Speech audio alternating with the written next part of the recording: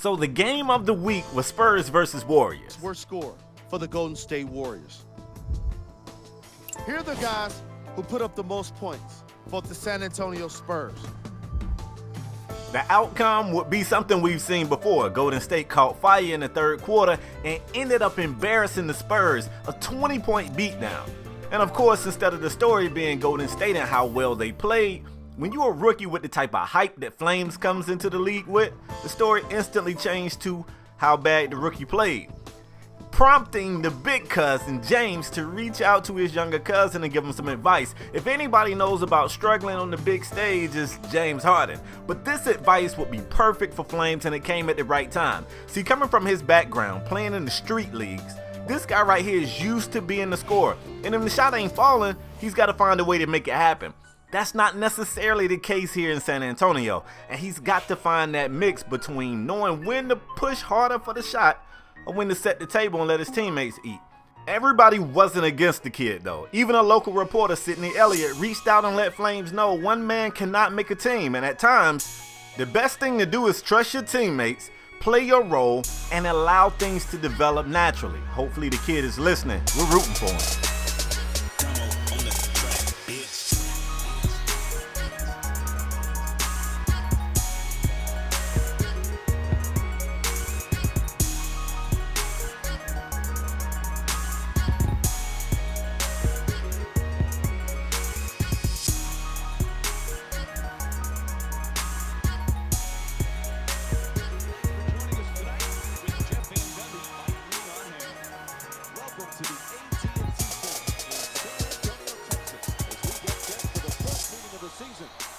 Yeah, man, what's going on, folks? It is K-Spade the Prospect, man. I am finally back with a brand new episode of my NBA Live 18 The League video series featuring Flames Harden, man. Real deal dude, playmaker, point guard, shooting guard, whatever you need him to do, really. He can play the 5 if you want him to, you know. Probably won't be ideal, but he can do whatever. The rookie, however, is having some struggles, man, and you know, this is not to panic about. A lot of times you see rookies come out here and the game speed is just a little different for them, and you know, the game's a little longer, it's a little more physical, and at times you see them, you know, stumble. They'll take a fall here or there, and the same thing applies to Flames. And when Flames is playing top-notch ball, man, he easily looks like the best rookie in his class, and probably a player that's going to turn out to be a superstar in this league. But when them shots ain't falling, when he's not playing organically, but he's thinking too much, it looks a little shaky, you know? So luckily, he's got some people in his corner to come through and give him good advice, like big cousin James Harden and the local sports writer. You need that kind of stuff, man. You just need positive reinforcement. Somebody to come through and say, hey, Flames, you good, bro, relax. Anyway, the best thing you can do after losing a game by 20 points is come out here and get a favorable opponent. And I don't know if it gets any better than Phoenix. Now, Phoenix got some pieces over there, but ultimately, this isn't a team that you look at on your schedule and go, oh, no, we got Phoenix. Like, nobody says that. So we're hoping that Flames can get some momentum going right here and get things going. Now, it should be noted that the Spurs are still playing without Danny Green, who is the starting shooting guard for this team. So they got Manu Ginobili out here. He's a veteran. He know how to hoop. He ain't new to this. At the same time, defensively, he's no Danny Green. All right, so that is to be noted. Let's jump into the action and see what's going on out here, though. Okay, Flames has a favorable mismatch. The big fella trying to guard Flames, he hits him with the step back, creates the necessary separation and just can't get the shot to fall. We've seen a lot of this over the last few games with Flames, but that's the type of shot the kid is good at. He's actually really good at making that. So you got to encourage him to keep taking those shots. Now, Dragon Bender comes back, hits the 3 to pull the Suns within 1. San Antonio got to figure a way to get this out. Now, if you're looking on the court, San Antonio as a team, they look so much better than pretty much anybody they face. Like, on paper, this is a really good team. With Flames running the 1, who gets the hoop and the harm on this play right here. With Flames at the 1, a healthy Danny Green at the 2, Kawhi at the 3, and then you've got LaMarcus Aldridge and Pau Gasol, not to mention you got some scorers off the bench like Ginobili, Tony Parker, and Rudy Gay. This team looks great on paper.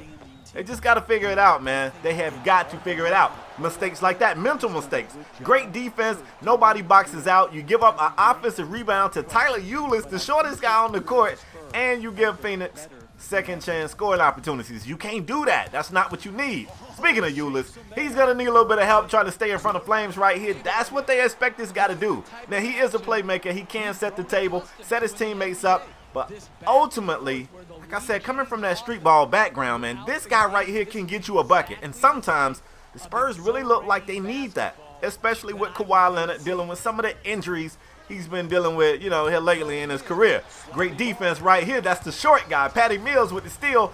Takes a couple of defenders with him to the basket before kicking it out to Flames. And Harden with another great pass over to LaMarcus Aldridge, who converts in the paint. Beautiful. Now, all of the momentum right here belongs to the San Antonio Spurs, and Phoenix needs to stop the bleeding right now, because if they let this team carry this momentum into the half, they probably going to come out in the third quarter and explode for yet another big quarter. Now, later in the shot clock right here, 5 seconds on the clock, you got a one-on-one right here. Flames gets to the basket, knifing through the defense, misses the layup, but follows his own shot, and he's going to allow his team to set up, get into another set, and get a whole fresh shot clock. Flames goes to his favorite move, that step-back jump shot. Listen, man, this kid might already have the best step-back jumper of anybody in the league. And you see Earl getting the timeout, wanting to talk to his team, telling them how important it is that they stop this run. You don't want this team to carry this momentum into the half. Greg Popovich to go into the half and say something to really inspire these dudes. And with the momentum they already got, they'll come out in the third and just blow the doors off, and this game will be over. I've seen it happen before. Got a 9-point game right here. Patty Mills kind of got the speed advantage on this matchup, but instead he says, look, if I got a big guarding me, who is guarding LaMarcus Aldridge? Goes into the paint to the big fella. LaMarcus Aldridge at this point is the best back-to-the-basket big in the game. Like, he really is. He led the league in points from the post last season, and you can see why. Like, he's already tough to stop down there, but the team does a really good job of noticing when it's a mismatch and just feeding him when he's hot. That's one of the reasons he wanted out of Portland. That's neither here nor there. That's what he tells me. Spurs still forcing the Suns to use way too much of the shot clock, and with 2 seconds left, they try to get a high percentage shot. They get a close to the basket shot and just can't get it to go. Flames comes back, puts it on the floor, shows us a little bit of that speed that we know he has. He gets right to the cup, gets the layup to go right there, leaving 2 seconds on the clock for Tyler Ulis to pull something from way downtown. A little close for my liking. And at the end of the first half, the Spurs seem to be in control. Have a look at the leading scores for the San Antonio Spurs. These are the guys getting buckets for the Phoenix Suns. Second half action, man. This game is not completely blown out of proportion, but it is already getting ugly, and Phoenix needs to come out in this quarter right here and make a stand. They starting off the wrong way, though. You get a chance to see Elfrid Payton get rocked to sleep by Flames. Flames find a teammate wide open for the jump shot, and that's what they want him to do. Break the defense, set the table, trust your teammates. You know, the same thing your coach been telling you since you was in Little League. Flames gets a decent look from three. Can't get it to go. Now, he's not a great three-point shooter, but if he's open or if he's hot, these are shots that he can make, and we've seen him make. So I'm not upset with him taking the three, but he can't get it to go. Alex Len converts on the back end, so we're right back at a 10-point game right here. I told you, big lead, not big enough for you to just let your guard down and get crazy. I've seen some strange comebacks in the NBA, and usually it's after the half. Like, you go into the half feeling real confident. You got you a nice little comfortable lead. Maybe you come out with your guard down. Meanwhile, that other team got their asses chewed out at the break, and they're going to come out with something to prove. You don't want that to happen here. Payton trying his best to get around Flames. No avail right here. Really good defense on the perimeter. They're going to dump it in down low, where big-time block right here by Pau Gasol. The older veteran has been in the league for a long time, and he knows a trick or two. Got a trick or two up his sleeve.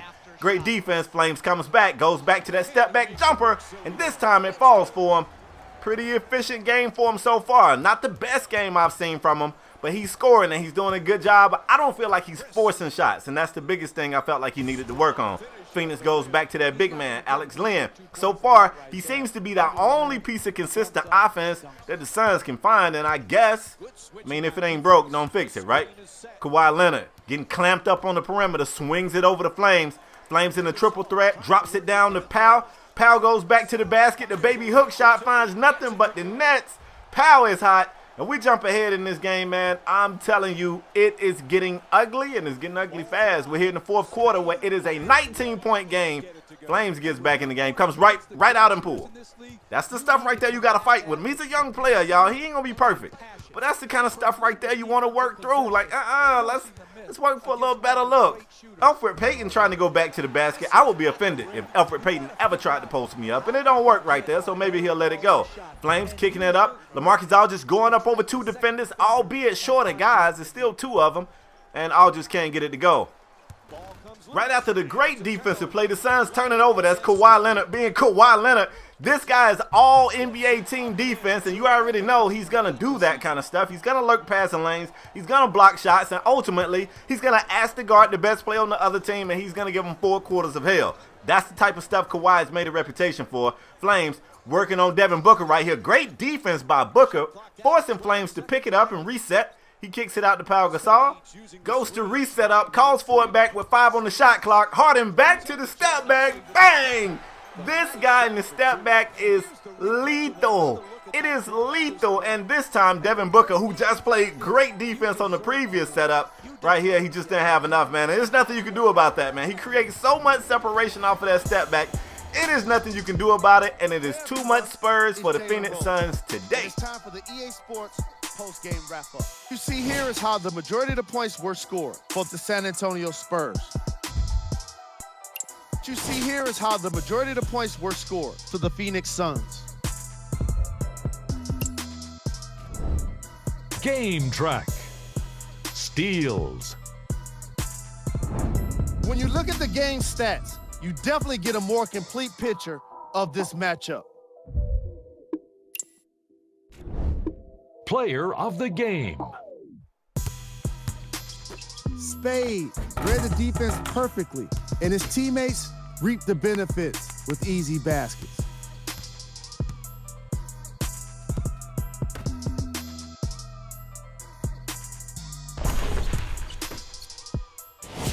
Here's a look at the numbers.